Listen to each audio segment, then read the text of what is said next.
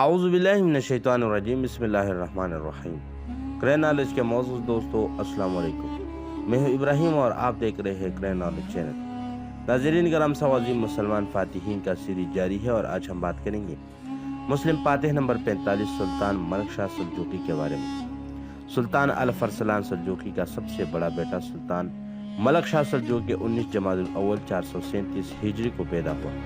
سلطان الفرسلان نے اپنی ہی زندگی میں ہی اسے اپنا وارث اور ولی عہد مقرر کر دیا تھا۔ سلطان الفرسلان جب شہید ہوا تو اس وقت ملک شاہ سلجوقی کی عمر صرف 18 برس کے قریب تھی۔ سلطان الفرسلان ماہ النہرہ کو فتح کرنے کے لیے نکلا، وہی شہید ہوا۔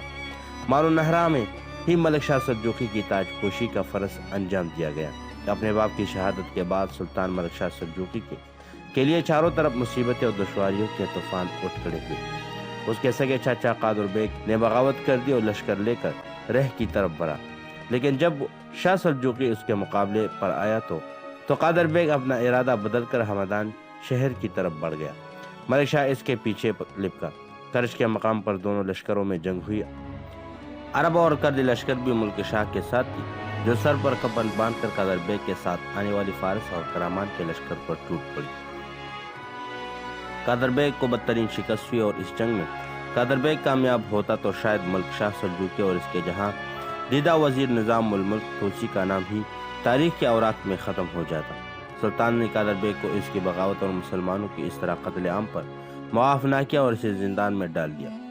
کہتے ہیں کہ زندان میں ہی اسی نے گلا گونڈ کر اس کا خاتمہ کیا۔ سلطان کے خلاف دوسری بغاوت ابراہیم غزنوی نے کی تھی۔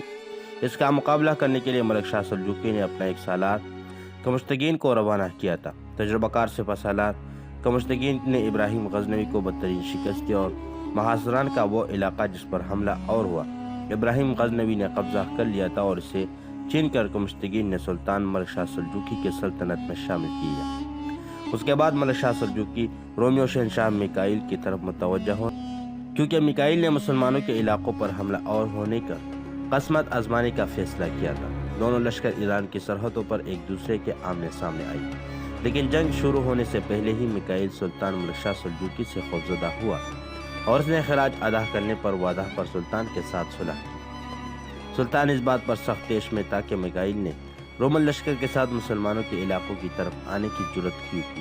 بہرحال میکائیل کی عاجزی اور واپس لوٹ جانے کی خواہش پر یہ جنگ ٹل گئی اور میکائیل ہمیشہ مسلمانوں کا اطاعت گزار رہنے کا وعدہ کر کے واپس لوٹ گیا۔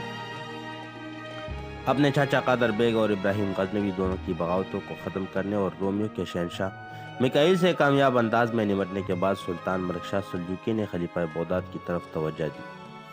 خلیفہ بغداد کی سیاسی قوت تو نہ ہونے کے برابر تھی، البتہ ایک دینی تقدس کے تحت اس کی عزت و احترام ضرور کیا جاتا تھا۔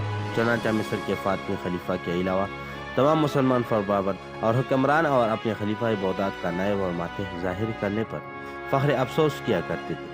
سلجوقیوں نے خلیفہ بغداد کے ادب و احترام کو ہمیشہ بحال رکھا۔ اس کے نقطہ نگاہ کے مطابق خلیفہ بغداد ان کے لیے اللہ کا نائب تھا۔ چنانچہ 466 ہجری میں خلیفہ بغداد نے سلطان ملک شاہ سلجوقی کو نہ صرف سند خلافت جاری کی بلکہ اپنی خوشی اور خوشنودی کا اظہار بھی کیا، جو عالم اسلام میں بھی سلجوقیوں کا احترام و مقام بڑھ گیا۔ جس وقت وہ خلیفہ بغداد سلطان ملک شاہ سلجوقی کے لیے سند خلافت عطا کر رہا تھا تو سمرقند کے حکمران نے سلجوقی سلطنت کے خلاف بغاوت کرتے ہوئے سلطان ملک شاہ سلجوقی کے شاہ تزمت پر قبضہ کیا۔ سلطان فوراً لشکر لے کر تلمس پہنچا اور شہر کا محاصرہ کیا۔ شہر کے اندر سمرقند کے حاکم کا بھائی ایک بڑا لشکر لے کر اپنا دفاع کر رہا تھا، لیکن جب سلطان نے شہر پر سنگباری شروع کرائی تو وہ گھبرا اٹھا اور ملک شاہ کی خدمت میں صلح کا پیغام بھیجا۔ سلطان نے اسے معاف کر دیا۔ وہاں سے سلطان سمرقند کی طرف روانہ ہوا اور اسی لیے کہ سمرقند کے حاکم نے ہی ترمس کو فتح کر کے وہاں اپنا بھائی کو ایک لشکر کے ساتھ مقرر کیا تھا۔ سلطان ملک شاہ سلجوقی کو حاکم سمرقند کے خلاف سخت غصہ تھا اور سلطان کو غیظ و غضب کی حالت میں سمرقند کی طرف بڑھتے دیکھ کر حاکم سمرقند گھبرا اٹھا اور سلطان کو سمرقند پہنچنے سے پہلے ہی اس نے سلطان کے اطاعت کا اعلان کیا، بلکہ سلطان کی آمد سے ہی قبل اس نے اپنی جان بچانے کے لیے محفوظ مقام پر چلا گیا۔ وہاں پہنچ کر بھی اس نے سلطان کو صلح کا پیغام بھیجا اور اپنی اطاعت کا یقین دلایا۔ کیونکہ حاکم سمرقند شمس الملک رشتے میں سلطان کی بیوی کا بھائی تھا، اس لیے سلطان کے وزیر نظام الملک توسی نے اسے معاف کر دیا تھا۔ سمرقند بغیر کسی کشف و خونی کے پھر سلجوقی سلطنت کے حلقہ اقتدار میں آیا۔ اس مہم سے فارغ ہونے کے بعد سلطان ملک شاہ سلجوقی نے اپنے لشکر کے ساتھ ریش شہر کا رخ کیا۔ سمرقند کی بغاوت ختم ہونے کے بعد دمشق شہر کو بھی سلطان ملک شاہ سلجوقی کی سلطنت میں شامل کر لیا گیا۔ سلطان الف ارسلان کے عہد میں اس کے خوادمی سالار بن رغد نے مصر کی فاطمی سلطنت سے شام اور فلسطین کے کچھ علاقے چھین لیے تھے۔ یہی نہیں بلکہ اس نے ملک شاہ کی اجازت کے بغیر مصر پر چڑھائی کر دی تھی اور مصر کے مرکزی شہر قاہرہ تک بڑھ چکا تھا۔ کہتے ہیں کہ استر نے ایک شجاع اور جرأت مند شخص تھا، لیکن ایک قابل سالار نہیں تھا اور مذہب کی طرف بھی اس کا کوئی رجحان نہ ہونے کے برابر تھا۔ مصر پر حملے کے وقت وحاقات سالی کا دور دورہ ہوا۔ مصریوں نے متحد ہو کر آئسر اور اس کے لشکریوں پر حملہ کر دیا اور انہیں طے کر کے آئسر کو بدترین شکست سے دوچار کیا، اور وہ بڑی مشکل سے جان بچا کر مصر سے بیت المقدس پہنچنے میں کامیاب ہو سکا۔ وہاں بھی آئسر کی غیر موجودگی میں بدترین بغاوت پھیل چکی تھی، چنانچہ شکست خوردہ آئسر نے غصے میں آ کر بیت المقدس کے ان عیسائیوں کو موت کے گھاٹ اتارنا شروع کیا اور ان کے گھروں کو لوٹ لیا۔ اپنے کچے کے ان لشکر کے ساتھ آئسر جب بیت المقدس سے دمشق پہنچا تو مصر کے سالار اعلیٰ بدر جمال نے اس کا تعاقب کرتے ہوئے دمشق پر اس پر حملہ کیا اور اس شہر کا سختی سے محاصرہ کر لیا گیا۔ ان حالات کی خبر ملتے ہی سلطان ملک شاہ سلجوقی نے آئسنس کو معزول کر کے اپنے سگے بھائی تاج الولولہ کو ان علاقے کا حاکم مقرر کر دیا جہاں پہلے آئسنس حاکم تھا۔ سلطان ملک شاہ سلجوقی کا بھائی تاج الولولہ نہایت بہادر اور جرأت مند و جنگجو حکمران تھا۔ اس کے خوف سے مصر کا سالار اعلیٰ بدر جمال دمشق کا محاصرہ چھوڑ کر واپس مصر کی جانب بھاگ گیا۔ تاج الولولہ فاتح انداز میں دمشق میں داخل ہوا۔ یہاں دمشق کے لوگوں نے آئسنس کے ظلم و ستم کی داستانیں تاج الولولہ کے گوش گزاری، چنانچہ تاج الولولہ نے آئسنس کو گرفتار کر کے اسے قتل کرا دیا گیا۔ تاج الولولہ نے جب شام کے علاقوں کی حکمرانی سنبھالی تو اسی اثنا میں سلطان ملک شاہ سلجوقی کے خلاف دو بغاوتیں اٹھ کھڑی ہوئی۔ سمرقند میں سلیمان خان نے چند ہی سال تک سلطان کے اطاعت گزار رہنے کے بعد بغاوت کر دی تھی، چنانچہ سلطان ملک شاہ سلجوقی نے سمرقند پر حملہ کر کے سلیمان کی تمام تر قوتوں کو کچل کر رکھا۔ شکست خوردہ سلیمان خان نے جب خود کو سلطان کے حوالے کر دیا، سزا کے طور پر سلطان نے گھوڑے کا زین پوش یعنی کہ پالان ان کے سر پر رکھا اور اس کو پٹائے رے کے شہر تک سلطان شاہ سلجوقی کے ساتھ کیا۔ وہاں کچھ عرصے قید رہنے کے بعد کچھ لوگوں کے کہنے پر سلطان نے اسے معاف کر دیا اور اسے دوبارہ سمرقند کا حاکم بنا دیا گیا۔ سلطان ملک شاہ کے خلاف دوسری بغاوت بلخ اور ترستان کے علاقے میں ہوئی، اور یہ بغاوت سلطان کے اپنے چھوٹے بھائی شہاب الدین نے کی تھی جو ان کے علاقوں پر حکمران تھا۔ اسی دوران سلطان ملک شاہ سلجوقی سے بھی ایک فاش غلطی سرزد ہوئی، اور وہ یہ کہ اس نے اپنے مرکزی شہر رے میں موجود لشکر میں سے 7,000 افراد کو ملازمت سے جواب دے دیا۔ یہ 7,000 لشکر بے روزگار ہو کر شہاب الدین کے پاس بلخ چلے گئے، چنانچہ شہاب الدین کھلا سلطان کے خلاف بغاوت کرتے ہوئے ایک زبردست لشکر کے ہمراہ سلطان کے خلاف نکل کھڑا ہوا۔ کیونکہ سلطان نے کامیابی سے اس بغاوت کو کچل کر رکھ دیا، لیکن سلطان کو اس سے کئی مالی نقصانات بھی ہوئے۔ سلطان ملک شاہ سلجوقی ان دونوں بغاوتوں کو فروغ کر کے فارغ ہوا کہ خلیفہ بغداد مقتدی کا ایک نامور وزیر فخر اللہ سلطان کی خدمت میں حاضر ہوا۔ دراصل وہ خلیفہ مقتدی کے لیے سلطان ملک شاہ سلجوقی کی بیٹی کا رشتہ مانگنے کے لیے آیا تھا۔ خلیفہ بغداد کے ساتھ سلجوقیوں کی رشتہ داری پہلے بھی تھی۔ سلطان ملک شاہ سلجوقی کی پوپی یعنی کہ سلطان الف ارسلان کی بہن ارسلان خاتون کی شادی قائم بامر اللہ سے ہوئی تھی، اور وہ جواب میں خلیفہ قائم کی بیٹی کا نکاح سلطان تار الحلق سے کردہ۔ اسی طرح سلجوقیوں کا ساتھ خلیفہ بغداد کا پہلے سے ہی رشتہ تھا، چنانچہ خلیفہ مقتدی کے وزیر فخر اللہ اور سلطان ملک شاہ کے وزیر نظام الملک توسی کی مشترکہ کوششوں سے خلیفہ مقتدی کا سلطان کی بیٹی سے رشتہ ہونا طے پا گیا، لیکن رخصتی کے لیے 5 سال کا وقت درکار تھا۔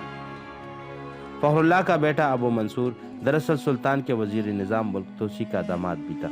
اسی دوران ایک ناخوشگوار واقعہ یہ ہوا کہ خلیفہ مقتدی نے نامعلوم وجوہات کی بنا پر فخر اللہ اور اس کے بیٹے ابو منصور کو معزول کیا۔ سلطان کو معلوم ہوا تو اس نے اس خاندان سے اپنے پاس بلوا لیا اور نہایت عزت و تکریم کی، لیکن اتفاق سے اس موقع پر وزیر نظام ملک توسی کے ایک ساتھی ابو الفتح توسی نے ایک ایسی سیاسی چال چلی کہ جس سے تاج الولولہ یہ سمجھ بیٹھا کہ ملک شاہ سلجوقی کا لشکر بڑی تیزی سے قلعہ دار امیر منصور کی مدد کے لیے پہنچ رہا ہے۔ یہ سب کچھ ایک فرضی خط کی وجہ سے ہوا جو ابو ملفت توسی نے نچار پوری سے قلعہ دار امیر منصور کی طرف روانہ کیا تھا اور جس میں سلطان کی لشکر سمیت آمد کا ذکر تھا۔ یہ خط تاج الاولیاء کے ہاتھ لگ گیا اور خط پڑھ کر اس پر خوف و ہراس طاری ہوا اور اس نے فوراً وہاں سے بھاگ کر بلخ شہر کا رخ کیا اور وہاں شہر کے قلعے میں محصور ہو کر بیٹھ گیا۔ 3 مہینے کے بعد ملک شاہ سلجوقی الجزیرہ کے معاملات سے فارغ ہوا اور اس نے تاج اللہ پر چڑھائی کر کے اسے گرفتار کیا۔ سلطان کے بیٹے احمد نے تاج اللہ کو اندھا کروا کر زندان میں پھینکوا دیا اور اسی طرح یہ فتنہ ختم ہوا۔ سلطان ملک شاہ سلجوقی نے اپنے چچا سلیمان بن قتلمش کو ایشیائی کوچک کا حاکم مقرر کیا تھا اور اس کے علاقے کی سرحدیں کیا انطاکیہ کے بادشاہ فروکرس سے ملتی تھی۔ انطاکیہ کے حکمران فرودوس روس کے مظالم سے تنگ آ کر اس کا بیٹا اپنے باپ سے بغاوت کر کے سلیمان بن قتلمش کے پاس آ گیا اور اپنے باپ کے مظالم کی داستانیں سنا کر سلیمان کو انطاکیہ پر حملے کی دعوت دی۔ چنانچہ سلیمان بن قتلمش ایک لشکر کے ہمراہ سمندر کے راستے سفر کرتے ہوئے انطاکیہ کے قریب ایک خشکی پر اترا اور انتہائی دشوار راستوں سے ہوتا ہوا وہ انطاکیہ شہر کے قریب جا پہنچا۔ انطاکیہ کے ایک بے مثل اور نہایت عالی شان شہر تھا اور اس کی خوبصورتی کی کوئی نظیر نہ ملتی تھی۔ انطاکیہ کے عیسائی بادشاہ ہیرودس نے بڑی جرأت مندی سے سلیمان کا مقابلہ کیا، لیکن سلیمان نے اپنے لشکریوں کے ساتھ اس دلیری اور سختی سے حملے کیے کہ اس کے ہیرودس کے سارے لشکر کو کاٹ کر رکھا، یہاں تک کہ ہیرودوس نے بچے گچے لشکر نے ہتھیار ڈال دیا اور سلیمان نے اس کو معاف کر کے امان دے دی۔ اس شہر کے فتح مسلمانوں کے لیے بڑی اہمیت رکھتی تھی، اس لیے کہ انطاکیہ عیسائیوں کا نہایت مقدس مقام تھا۔ اسی شہر میں سب سے پہلے عیسائی کلیسا کی تنظیم ہوئی تھی اور اسی عیسائیت کا ابتدا گوارا بھی سمجھا جاتا تھا۔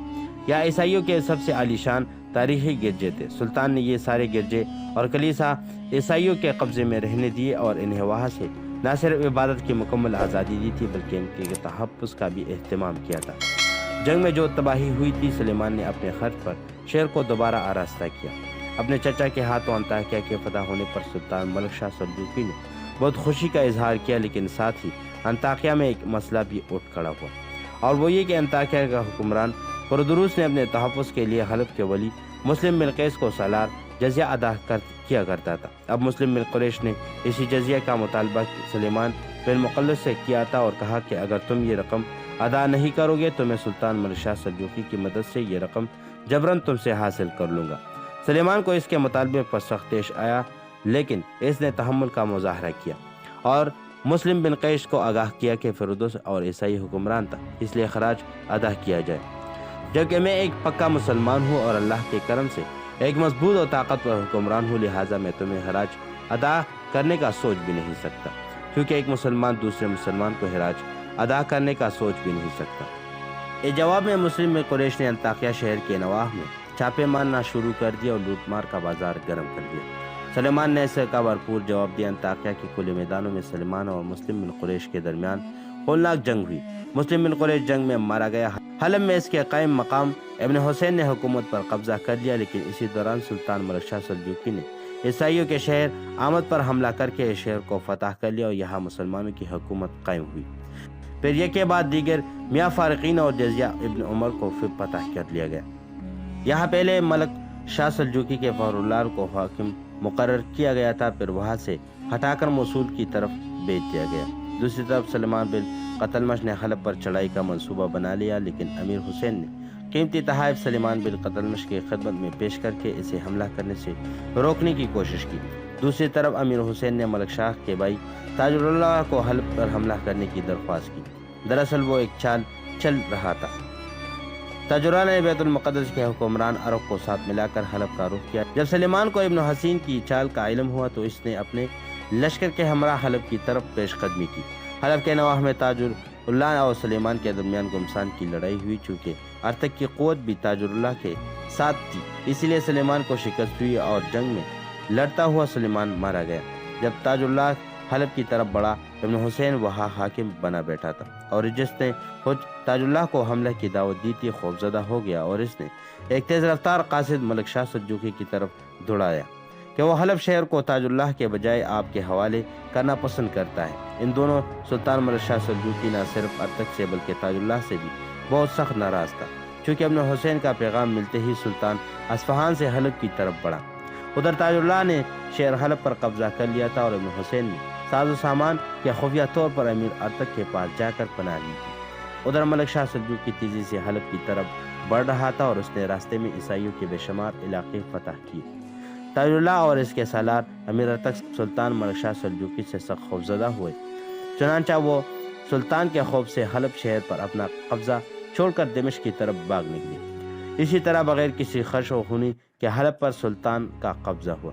حلب کا حاکم ملک شاہ سلجوقی نے آنے والے دور کے سلطان عمار الدین زنگی کے باپ امر اللہ کو بنا لیا۔ خود سلطان نے حلب سے بغداد کا رخ کیا۔ سلطان پہلی مرتبہ بغداد آیا اس شہر اور خلیفہ مقتدی نے سلطان کا نہایت عالیشان استقبال کیا۔ سلطان کے بغداد میں قیام کے دوران ہی اس کی بیٹی کی رخصتی عمل آئی، جس کا نکاح خلیفہ مقتدی سے ہو چکا تھا۔ سلطان کی بیٹی کی رخصتی کا سما دینی تھا۔ اپنی بیٹی کی رخصتی کے بعد سلطان حج کے لیے روانہ ہوا۔ حج سے واپسی آنے کے بعد ملک شاہ سلجوقی کو سب سے پہلے جس مہم کا سامنا کرنا پڑا سمرقند کی مہم تھی۔ زمانے میں سمرقند پر ایک شخص احمد خان ولی تھا۔ وہ ایک جابر اور بد اخلاق حکمران تھا اور اس نے نہ صرف سمرقند پر جینا حرام کر رکھا تھا بلکہ سمرقند پر سلجوقیوں کے اقتدار اعلیٰ کو بھی تسلیم کرنے سے انکار کیا۔ چنانچہ سلطان زبردست یلغار کرتا ہوا سمرقند کی طرف بڑھا۔ سمرقند کے حاکم احمد خان نے ایک چور راستے سے بھاگنے کی کوشش کی لیکن کامیاب نہ ہو سکا اور گرفتار ہوا۔ بعد میں اس نے سلطان سے معافی مانگ لی اور سلطان نے حسب ہدایت اسے معاف کیا۔ اس کے بعد سلطان نے کاشغر یارقند فتح کیا اور خراسان کی طرف چلا گیا۔ سلطان کی غیر موجودگی میں امر اللہ نام ایک شخص نے انقلاب برپا کیا۔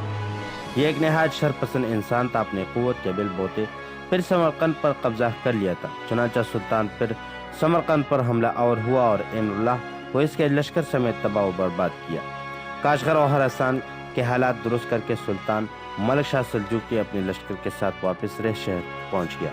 ان دونوں چونکہ سلطان بغاوتوں سے فارغ ہو چکا تھا، لہٰذا اس نے لشکر کے ساتھ بغداد کا رخ کیا۔ بغداد میں اس کی بیٹی تھی جس کی نئی نئی شادی ہوئی تھی اور وہ اسی بیٹی کی جس سلطان ملک شاہ بہت زیادہ پیار کرتا تھا۔ اپنی بیٹے کے وہاں بیاہی جانے کی وجہ سے سلطان کو بغداد سے ایک طرح کی انسیت پیدا ہو چکی تھی، لہٰذا وہاں اس نے اپنی رہائش گاہ کا بندوبست بھی کیا۔ اس کے علاوہ بغداد میں اپنے قیام کے دوران سلطان ملک شاہ سلجوقی نے ایک عظیم الشان مسجد کی بنیاد رکھی جس کا نام جامع سلطان رکھ دیا گیا۔ سلطان ان دنوں بالکل فارغ تھا اور شکار کے علاوہ اس کے پاس کوئی اور کام نہ تھا۔ بغداد میں دوران قیام سلطان کو اپنی سلطنت کے مختلف حاکموں کے متعلق شکایات بھی ملتے رہے جن کا سلطان نے نہایت سختی سے نوٹس لیا۔ حمص کے حاکم ابن خلاتت طرابلس کے حکمران، یمن و حجار کے حکمرانوں کے خلاف زیادہ شکایتیں تھیں۔ سلطان کے حکم پر تاج اللہ اور قسم اللہ نے حمص شہر پر حملہ کر کے وہاں امن و امان قائم کیا اور اس کے بعد انہیں دونوں طرابلس کے حالات بھی درست کیے۔ سلطان کے حکم پر اس کے سالار عثمان بحق نے حجاز اور یمن کی طرف پیش قدمی کی اور ان دونوں علاقوں کا نظام حکومت بھی درست کر دیا گیا۔ اسی طرح سلطان ملک شاہ سلجوقی ترکستان کے شہر یا قندر سے لے کر یمن تک اور بحر اسود کے قریب بروسا شہر سے لے کر بحر ہند کے کنارے مگر ان تک وسیع اور غریب علاقوں کا بلا شرکت غیری سلطان بن گیا تھا اور ان سارے علاقوں کے اندر اس نے امن و امان قائم کر رکھا تھا۔